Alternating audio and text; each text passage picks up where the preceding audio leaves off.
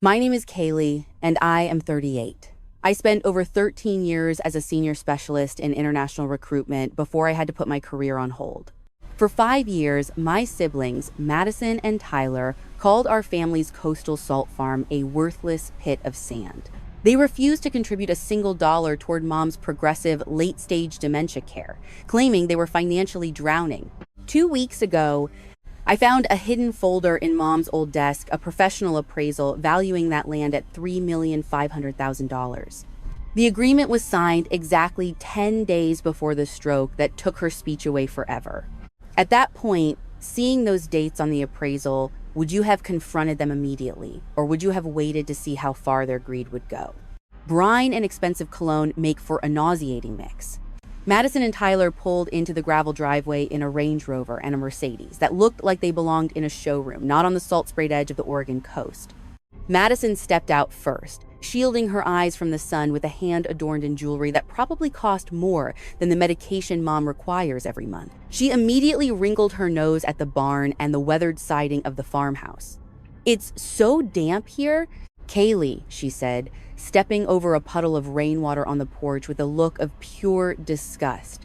"How can you stand the musty smell? It's practically suffocating." Tyler followed her inside, adjusting his designer cuffs and checking his watch every few minutes.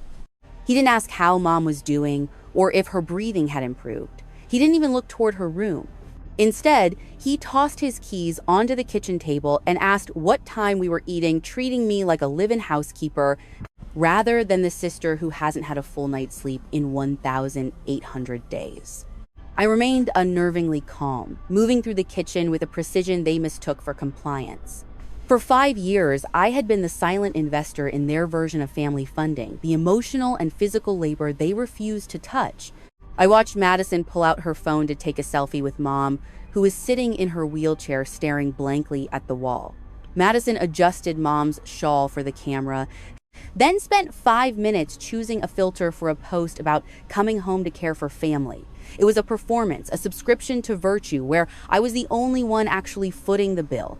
If I'm being honest, I realized then that in dysfunctional families, the reliable one is often treated like a piece of furniture until the moment the property needs to be sold. They don't see your sacrifice as a gift. They see it as a utility that maintains the value of their eventual inheritance. Tyler's nervous habit of checking his watch grew more frequent as the evening light began to fade. I could see the subtle sweat on his brow, the mark of a man whose debts were finally catching up to him. They weren't here for a visit. They were here to facilitate the sale they had already initiated behind my back. My siblings saw a worthless pit of sand, but I knew they were already spending the $3,500,000 in their heads. Tyler reached into his leather briefcase and pulled out a stack of papers, sliding them across the table toward me. "We've been doing some research, Kaylee," he said, his voice taking on that fake corporate tone he used when he wanted something. "Mom would be much more comfortable in a professional facility." I looked at the documents, noticing a small logo at the bottom of the page. 5 years is a long time to hold your breath. I have spent 60 months watching the tide come in and the light go out of my mother's eyes. While Madison was launching luxury brands in Los Angeles and Tyler was negotiating real estate deals in Portland, I was here. I was the one waking up at 3:45 a.m. because mom thought she was 12 years old and needed to find her school shoes. I was the one who learned the exact consistency her food needed to be so she wouldn't choke. It wasn't until much later that the pieces began to fit together. I had been subsidizing a reality my siblings chose to ignore. I drained my 401k account to keep the salt farm's taxes paid when the revenue dried up, willingly absorbing the massive IRS penalties and income taxes because mom's dignity was worth more to me than a future retirement balance. That $450,000 wasn't just a number. It was the result of a decade of high-stakes commissions and the modest life insurance policy Dad left specifically for mom's rainy days. I just didn't expect those days to be a 5-year storm. I used my savings to cover the $450,000 in medical bills and specialty care that Madison and Tyler claimed were unnecessary expenses. At the time, I didn't realize that my silence was interpreted as their permission. It took me years to understand a psychological truth that stays invisible until you stop cooperating. The child who is most capable of handling the weight is often the only one never asked if the burden is too heavy. This is the invisible chain of the giver, a sense of stewardship that the others mistook for simple weakness. I pulled my blue notebook from the kitchen counter. To my siblings, it looked like a hobby diary, a collection of salt recipes and weather patterns. They called it my little project, a quaint way to occupy my time while I lived for free in the family home. In reality, it was the log of care, a professional document where every pill administered and every hour of labor was recorded with the clinical precision of a forensic audit.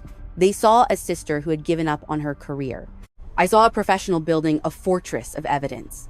It's just a notebook, Kaylee, Madison sighed, tapping her nails against the table. You've always been so obsessed with these small details, but we're talking about the big picture now. We're talking about freedom for everyone. She wasn't talking about freedom for mom. She was talking about a payout. I realized that for 5 years, I hadn't been mom's daughter to them. I had been her unpaid security guard, keeping the assets safe until they were ready to cash in. The proposal came with a forced smile and a heavy dose of condescension. Tyler leaned forward, resting his elbows on the scratched mahogany table as the sun dipped below the horizon, turning the Oregon coast into a gray, cold expanse.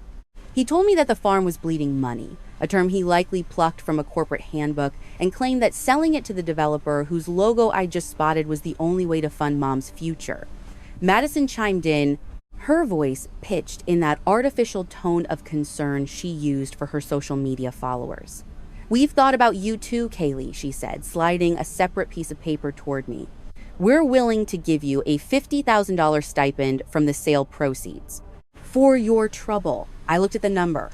$50,000 for 1,800 days of 24-hour care. They were treating 5 years of life-saving devotion like a tip for a waitress they had barely noticed. And what happens to the $450,000 I've spent on mom's medical debts and property taxes? I asked, my voice as level as the salt flats. Tyler let out a short, dry scoff. Kaylee, that was your choice to spend. You lived here for free, didn't you? Consider that your rent. It was a classic case of what I now recognize as the entitlement of the absent. Those who contribute the least often feel they have the most authority because their perspective isn't cluttered by the messy reality of the work. They view the caregiver as a cost-saving measure, an extension of the asset rather than a human being with a life and a career of her own. To them, the farm was a legacy to be liquidated, and I was just the staff they had forgotten to fire. The perspective of time has a way of stripping away the lies. Power in a family is often a hallucination held together by the silence of the person doing all the work. Madison's smile widened, a sharp, predatory expression. We've already consulted a lawyer, Kaylee. The way the farm is titled, you can't block the sale. It's happening whether you agree or not. I looked at her, then at Tyler, and allowed myself the smallest, coldest sliver of a smile. They had only conducted a superficial glance at the property records, focusing strictly on the names listed on the deed while arrogantly ignoring the encumbrances section where my lien was recorded. Furthermore, they had completely forgotten that mom had designated me as her durable power of attorney years ago. Tyler had tried to bypass this with a document he'd pressured her to sign while she was confused, but in the eyes of the law, my authority remained ironclad. Real power doesn't need to raise its voice. At 11:51 p.m., while my siblings slept in guest rooms they hadn't occupied in years, I finalized my fiduciary accounting report. It took me years to understand a psychological truth in the world of high-stakes betrayal. Power isn't about who shouts the loudest, but who has the receipts that make shouting irrelevant. I had ceased to be the compliant sister and had become a clinical auditor of their greed. I had already secured legal counsel from Marcus, a specialist in elder abuse and fiduciary fraud. We didn't trade in emotional grievances, we traded in liabilities. Because I had personally covered the $450,000 in property taxes and medical bills under a formal caregiver agreement drafted by Aunt Patricia, I had quietly placed a legal lien on the salt farm. Madison and Tyler were attempting to sell a $3,500,000 asset that was now legally anchored to my private debt. They were trying to liquidate a legacy that was no longer fully theirs to sell. But the audit revealed a deeper infection. As I combed through 5 years of bank statements, I found the signature of a different kind of theft. Tyler had been borrowing small, regular amounts from Mom's retirement accounts for his own failing ventures. Totaling $90,000, it was a textbook case of fiduciary fraud. Only in the silence of the present do I realize that for people like my brother, a parent's cognitive decline isn't a tragedy. It's an opportunity for an interest-free loan. I didn't confront him in the kitchen. I didn't need to. Instead, I sent a certified digital copy of the lien and the audit findings to the lead real estate developer Madison had hired. I didn't wait for a reaction. I just sat in the silence of the farmhouse and watched the clock. The phone rang 30 seconds later. It was the developer's agent, and he sounded absolutely terrified. Sometimes the quietest rooms hold the loudest truths. While Madison and Tyler were busy arguing with the real estate agent in the driveway, I was in Mom's room, looking for a specific charging cable for my laptop. Beneath a stack of old gardening magazines, I found a silver tablet. It hadn't been turned on in months. When the screen finally flickered to life, I discovered a series of video files dated exactly 10 days before her stroke. Mom had always been a private woman, more comfortable with the silence of the salt flats than the performative noise of the city.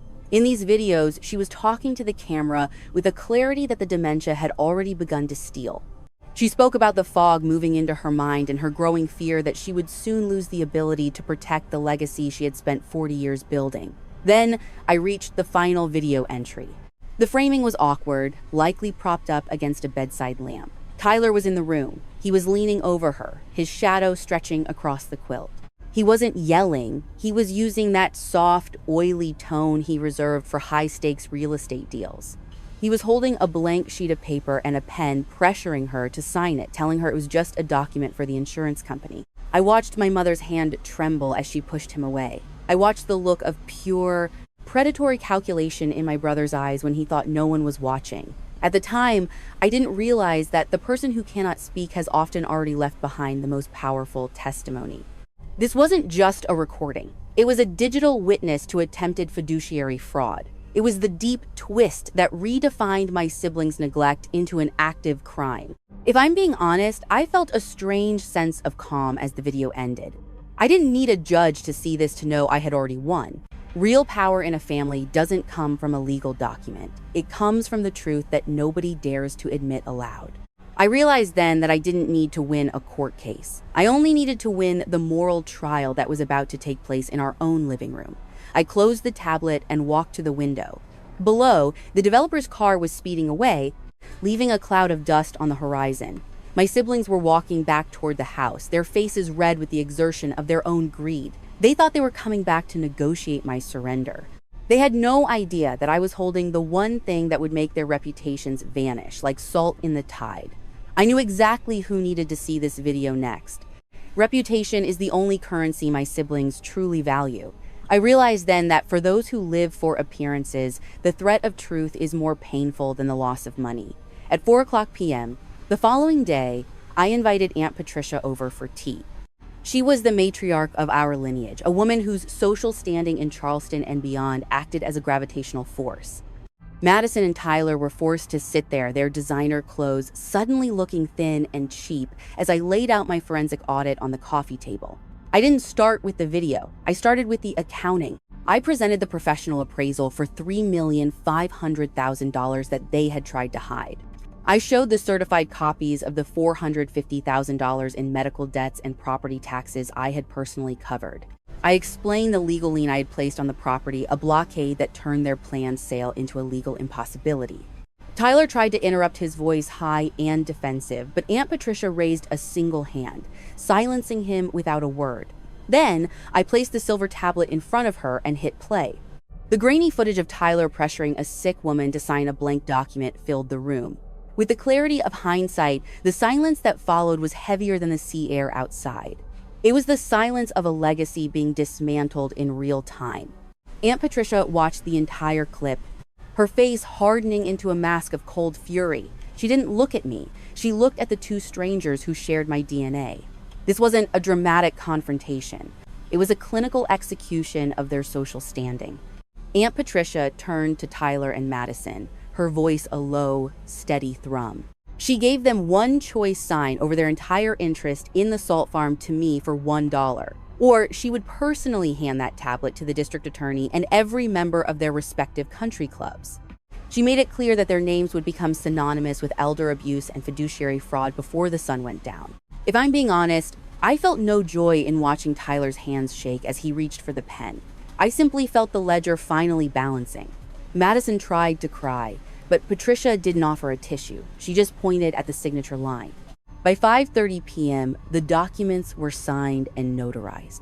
They left that night, the sound of Madison's tires screeching on the gravel, the only disruption to the returning quiet. For the first time in 5 years, the salt and the silence belonged only to me. 1 year has a way of settling the sediment of the past. I stood on the veranda this morning watching the sunrise hit the evaporation ponds. The salt crystals were forming sharp, white, and pure. It's a process of reduction. You take away the volume until only the essential substance remains. That is what this year has been for me, a process of taking away the noise until only the truth was left. Mom passed away peacefully 4 months after my siblings drove out of that gravel driveway for the last time. She didn't die in a sterile memory care unit 3 hours away, surrounded by strangers and white linoleum. She died in her own room, in the bed she had shared with my father for 30 years. I had the window cracked open so she could hear the rhythm of the Pacific waves. In her final moments, she looked at me with a clarity I hadn't seen in half a decade. She didn't need to speak. She died knowing she had protected what mattered, and that the farm was in the hands of the only person who understood its worth. I hear from Aunt Patricia occasionally. She tells me that Madison is living in a modest 2-bedroom apartment in the valley now. The Range Rover was repossessed 6 months ago, and her social media feed has gone silent, turns out. It's hard to maintain a brand built on luxury when you are counting pennies for the laundromat. Tyler is working as a mid-level project manager for a small construction firm. It is a significant step down from the high-stakes real estate world he used to pretend he ruled. Their names are toxic in the investment circles they once craved. In our world, the reputation axis is unforgiving. Once you are labeled as someone who would exploit a sick mother for a land deal, you aren't just an outcast, you are a liability. They aren't my enemies anymore. They are just ghosts of a debt that was settled long ago. If I'm being honest, I realized then that some forms of revenge are destructive, but the most powerful kind is creative. I chose the revenge of living well. I used the $90,000 recovered from Tyler's theft and the revenue from our modernized salt production to establish the Stephanie Legacy Retreat. It's a small operation. We only take 4 people at a time. It's for the caregivers, the daughters and sons who are currently where I was 2 years ago. The ones who are exhausted, invisible, and holding the weight of a world that doesn't want to help. I provide them with a week of silence, good food, and the knowledge that they are not alone. It is a sanctuary built from the ashes of a betrayal. Looking back now, I understand that the salt was never the primary product of this land. The peace was. It took me years to understand that family isn't defined by a shared surname or a DNA profile. It is defined by who stays when the tide goes out. I was the silent investor for far too long, but today, my accounts are full. I have traded the burden of their expectations for the weight of my own purpose. To those of you sitting in a darkened room right now, listening to the steady hum of a machine and wondering if your life has been sidelined, I want you to hear this.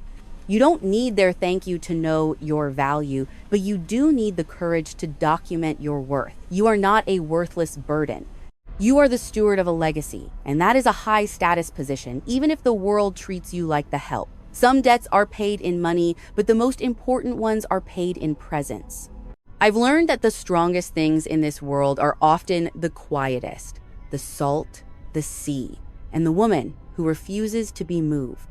I would really like to hear your perspective. Have you ever been the only one who stayed when everyone else walked away? What would you have done if you found that appraisal in the desk? Let's talk in the comments. We are a community of survivors, and your story deserves to be seen.